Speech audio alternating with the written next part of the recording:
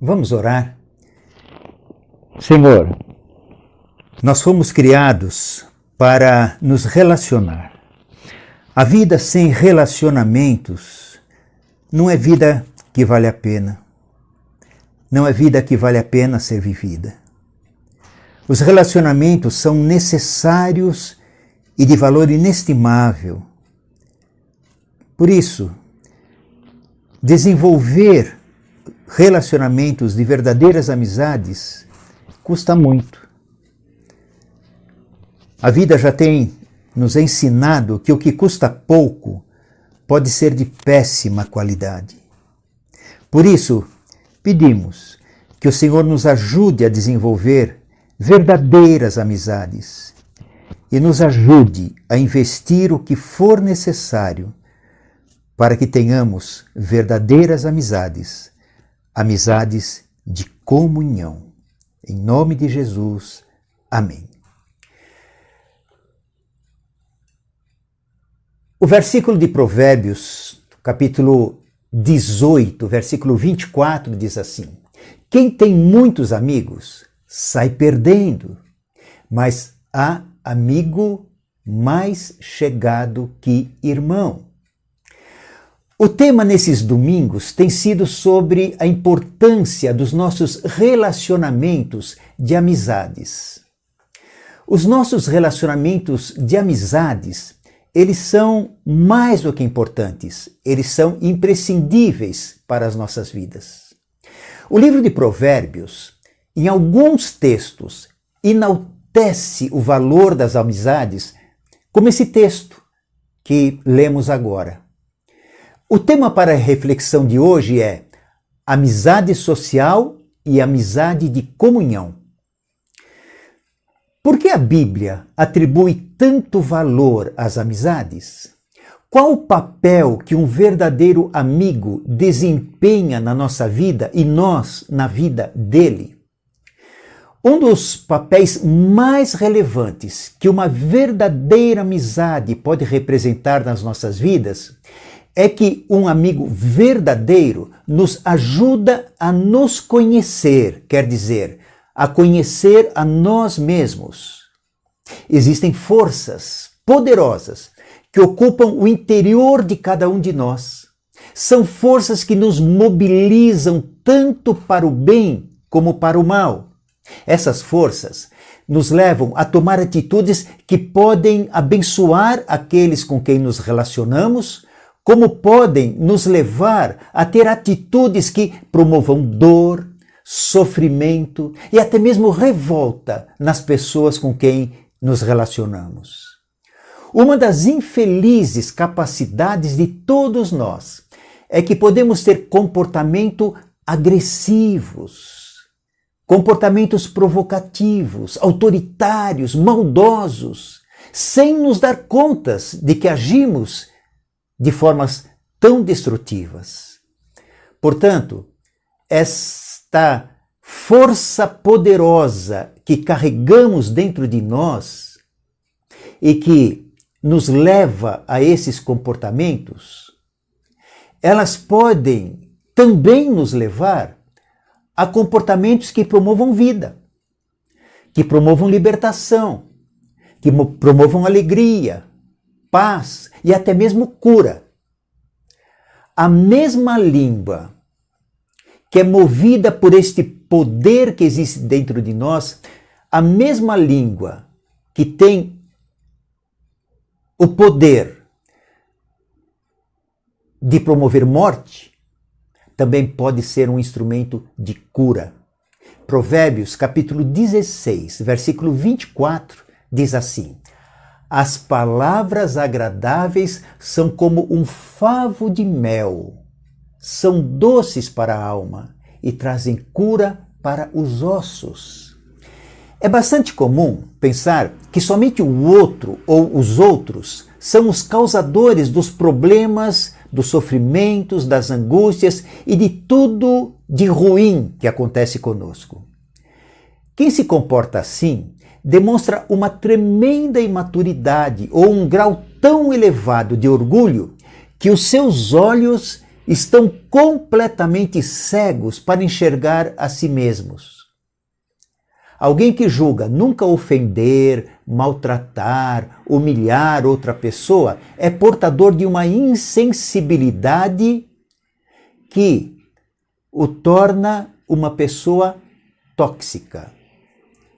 Provérbios chama uma pessoa assim de tola. Provérbios capítulo 9, versículo 8 diz assim: não repreendas o tolo, para que ele te não aborreça. Repreenda o sábio, e ele, o sábio, te amará. Pela incapacidade que nós podemos ter de não perceber o poder dessa força, ao mesmo tempo que pode ser tão maligna ou tão benigna e que habita em nós, a capacidade que nós, ou a incapacidade que nós temos de talvez perceber este poder, o poder dessa força, é por isso que nós precisamos de amigos. Agora, não de qualquer amigo. Como já dissemos de outras vezes, nos acostumamos tanto com as palavras que muitas delas se tornaram simplesmente sons vazios e não retratam a realidade que está contida no significado das palavras. Isso acontece com a palavra amizade. A lupa que veio aumentar de forma absoluta a perda do verdadeiro sentido para as palavras está, por exemplo, contida na música cantada por alguém e que diz assim: eu quero ter 1 milhão de amigos. Completa incongruência usar o termo 1 milhão, o número 1 milhão, para a palavra amigos. Impossível ter 1 milhão de amigos. Não estou dizendo que vamos parar de usar a palavra amigo com as pessoas dos nossos círculos de relacionamentos. Mas se insisto nisso é porque precisamos distinguir os tipos de amizades que podemos ter. Deve existir outras formas de mostrar as diferenças entre os tipos de amizade. E eu apresento 2 formas, como eu vejo aquilo que pode ser a diferença fundamental. Nos nossos relacionamentos, nós temos aquilo que eu chamo de amizades sociais e aquilo que eu chamo de amizades de comunhão. A principal diferença entre as duas é a seguinte: o que chamo de amizade social é o que podemos ter com 10, 20, 30, 50 ou até mais pessoas. No Facebook, alguns têm milhares de amigos. Se podemos ter milhares de amigos sociais, o mesmo não acontece com amigos de comunhão. Vou mostrar as diferenças entre as duas. Amizades sociais são como aquelas embalagens de refeições industrializadas que trazem aquela foto, por exemplo, de uma pizza maravilhosa, a foto daquele escondidinho de camarão maravilhoso, aquela foto de uma lasanha maravilhosa. Isso tudo está ali na embalagem. Embaixo dessas fotos, você pode ler a seguinte frase: foto meramente ilustrativa.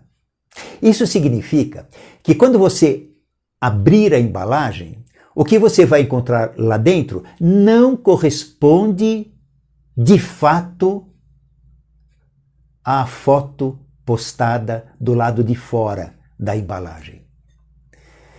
Esse é um exemplo que pode ser aplicado para isso que eu chamo de amizade social. A amizade social é aquela onde a embalagem é o que mais importa. A embalagem atrai mais do que o conteúdo. O problema é que a embalagem pode passar uma ideia completamente errada do produto. Uma ideia completamente errada do conteúdo. Você já entrou numa fria dessa?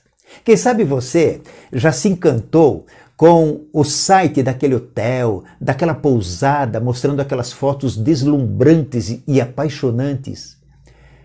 Quantos pensamentos deliciosos passaram pela mente, se imaginando naquele lugar muito mais lindo do que o Jardim do Éden. Mas ver as fotos não é o mesmo que estar naquele lugar. Não é o mesmo que chegar e entrar naquele lugar. A triste, frustrante, até mesmo revoltante realidade é que esse hotel ou pousada está muito longe daquela falsa ideia transmitida no site. Quantas pessoas com quem mantivemos pretensas relações e amizades pela imagem que por algum tempo passaram para nós, até o momento em que a fronteira da imagem, isto é, ir para além da embalagem, foi rompida, e quando entramos no terreno da realidade de quem de fato aquela pessoa é. E aí a experiência foi mais do que frustrante, por vezes, quem sabe, muito dolorosa. Mas uma coisa mais importante do que isso, mais importante do que as decepções que nós tenhamos sofrido, mais importante é o seguinte: para quantas pessoas nós passamos uma imagem promocional, uma imagem meramente ilustrativa, até o momento em que essa pessoa ou essas pessoas confiadamente romperam a fronteira da nossa embalagem e foram profundamente ou ficaram profundamente decepcionadas, frustradas, feridas, desrespeitadas por aquilo que encontraram em nós, na nossa verdade, para além da nossa embalagem exterior. Quantas pessoas ou para quantas pessoas você promoveu isso? Pode ter promovido isso? Essa resposta é você que pode dar. Só posso responder por mim. E eu assumo que já fiz isso com pessoas. Já passei para pessoas uma imagem daquilo que eu não sou por dentro. Graças a Deus, já vivi oportunidades de ter podido pedir perdão em situações nas quais me comportei de forma que eu não deveria. A Bíblia fala sobre os pecados da mocidade. Não é que só na mocidade a gente pode fazer isso, mas o fato é que muitas mocidades, muitos jovens foram marcados por comportamentos assim. Graças a Deus perdoados pela graça e perdoados por algumas dessas pessoas. Também já fui procurado por pessoas que vieram pedir perdão pelo que fizeram comigo no passado. Quantos homens e mulheres deram informações falsas no tempo do namoro ou diante do altar? Na cerimônia de casamento, diante do pastor, diante do padre, dos padrinhos, dos pais, das dezenas ou centenas de convidados, fizeram promessas que eram somente fachada, que eram somente verdades externas, do lado de fora, somente na embalagem, somente na propaganda. Depois que os meses e anos vieram, convivência do casamento começou a entrar na sua realidade. Quanto de embalagem enganosa pode ser revelada? O produto dentro da embalagem se mostrou ser muito diferente daquela atenção que a embalagem exerceu. Lá no tempo da conquista, lá no tempo do flerte, lá no tempo do namoro. Marcos capítulo 7, versículo 21 a 23 diz assim: pois do interior do coração dos homens vêm os maus pensamentos, do interior do coração dos homens, vêm as imoralidades, os homicídios, os adultérios, as cobiças, as maldades, o engano, a devassidão, a inveja, a calúnia, a arrogância e a insensatez. Todos esses males vêm de dentro e tornam o homem impuro. De dentro, não da embalagem, vem de dentro. Diante disso, é que todos nós, talvez alguns mais do que outros, precisamos de amigos de comunhão. A maior diferença que existe entre amigos sociais e amigos de comunhão é que os amigos sociais se contentam com a embalagem. Sem nenhuma dúvida, é muito mais, mas muito mais fácil e mais cômodo nos relacionarmos somente com amigos sociais. Com os amigos sociais, a gente faz churrascos, vai em restaurantes, somos convidados e convidamos para os aniversários nossos, dos nossos filhos, dos nossos cônjuges. Você combina fazer aquele cruzeiro maravilhoso juntos. Com os amigos sociais, você dá muita risada, fala sobre futebol, dá dicas de culinárias. Se encontram na praia, vão na padaria tomar um guaraná ou um suco de uva. Amizade social é como um esquiador que desliza montanha abaixo, sentindo o gozo de sentir aquela liberdade, se sentir leve e solto, com aquela sensação gostosa de estar livre de qualquer amarra, livre de qualquer peso. E vai, curtindo aquela emoção. Ou aquele praticante de asa delta, que paira como um pássaro lá nas alturas, onde contempla as belezas do cenário, se sente no controle de tudo, um ambiente somente de sons da natureza, aquele vento gostoso que o mantém lá nas alturas, como um pássaro. O perigo é que pode acontecer, por exemplo, o que tristemente aconteceu com aquele grande campeão de Fórmula 1, que deslizando pelos Alpes franceses, no dia 29 de dezembro de 2013, sofreu um terrível acidente e até hoje, passados 7 anos, não se recuperou e, na verdade, escondido pela família, não se sabe o estado no qual aquele homem, tão cheio de vida, em algumas frações de segundo, sofreu aquilo e passou de um gozo, de um êxtase tão extraordinário para um estado lamentável, para uma vida que se esvai. Outro caso trágico envolveu Pedro Paulo Lopes, o mais destacado piloto brasileiro de asa delta, que morreu durante uma competição no Japão. Pleno voo, houve um acidente, um inesperado, e ele teve uma morte ao despencar lá das alturas. Claro que faz muito bem ter amigos sociais que nos levam a viver nas alturas, as delícias de deslizar sobre a neve, de voar nas alturas, mas não podemos viver somente dessas amizades. Precisamos de amigos que nos alertam sobre cuidados que precisamos ter. Precisamos de amigos de comunhão, que são aqueles que chegam para nós e dizem, por exemplo, assim: olha, eu tenho percebido que o seu casamento não anda muito bem. Ou então ele diz assim, o amigo de comunhão diz assim: não é justo a maneira como você está tratando seus pais.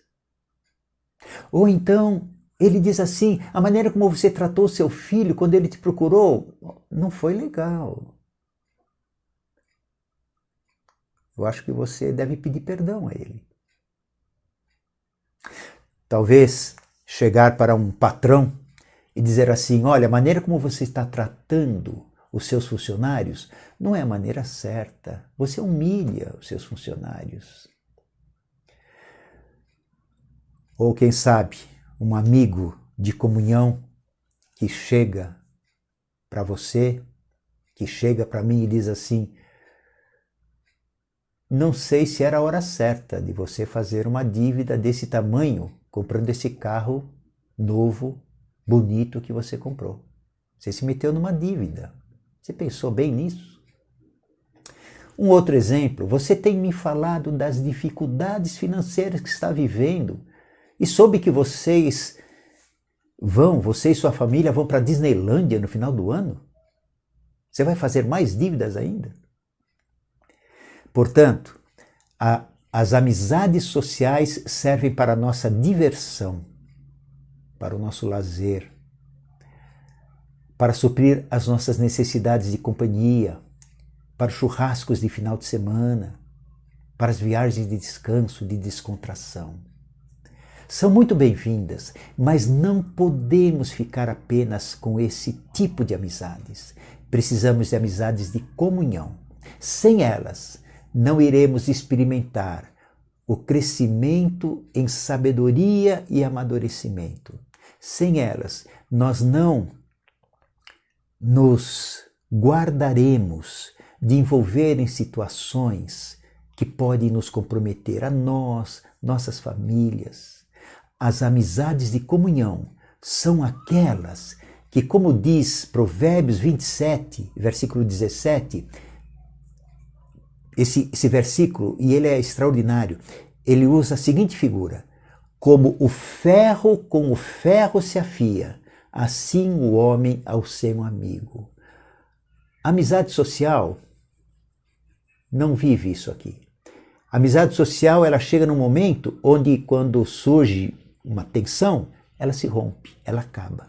Agora, a amizade de comunhão é aquela que supera, que suporta quando eu sou alertado, exortado, disciplinado, criticado pelo meu amigo de comunhão, porque ele me ama.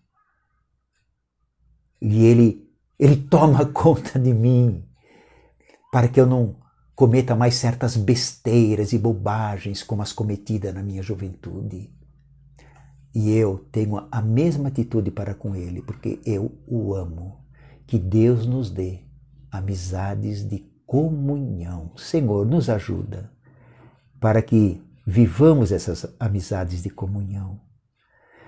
E que o Teu Espírito Santo, ele conceda a sensibilidade nos nossos corações para perceber essas dádivas que o Senhor pode nos dar, que são amigos de comunhão.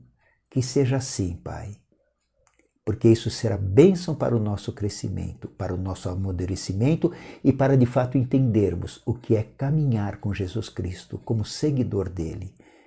Oramos em nome de Jesus. Amém. Deus abençoe.